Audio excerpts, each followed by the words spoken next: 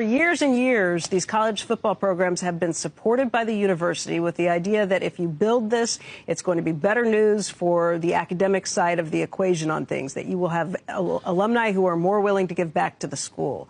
Is it robbing that entire agreement of what was supposed to be there? These are just professional sports teams at this point. So you and I were talking about it before the break.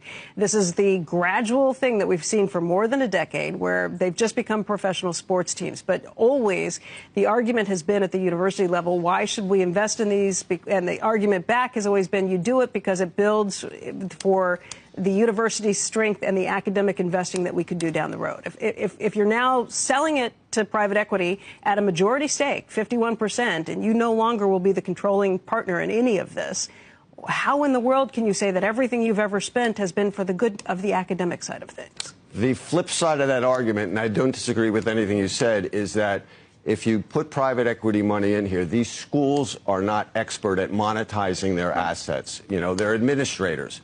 So on the one hand, you're going to have private equity come in and figure out how to generate higher revenue. That's an argument for a minority stake, not a majority stake. And that revenue will then be used to, I also don't think the argument for a majority stake is what's going to happen at first. I disagree. Was that Mark Lasry just being wishful thinking? I have not heard that as being the main way this is going to work. Yeah, to me that sounded like ridiculous. I think it's going to be a minority stake of this special purpose vehicle.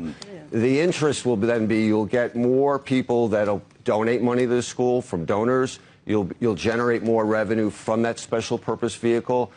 But to your point, let's be frank, since football and to a lesser degree basketball drives the revenue, what about the other sports at the university? And that's where I buy into what you're saying is there could be an issue with what about Title IX, women's sports and things like that. That's an issue.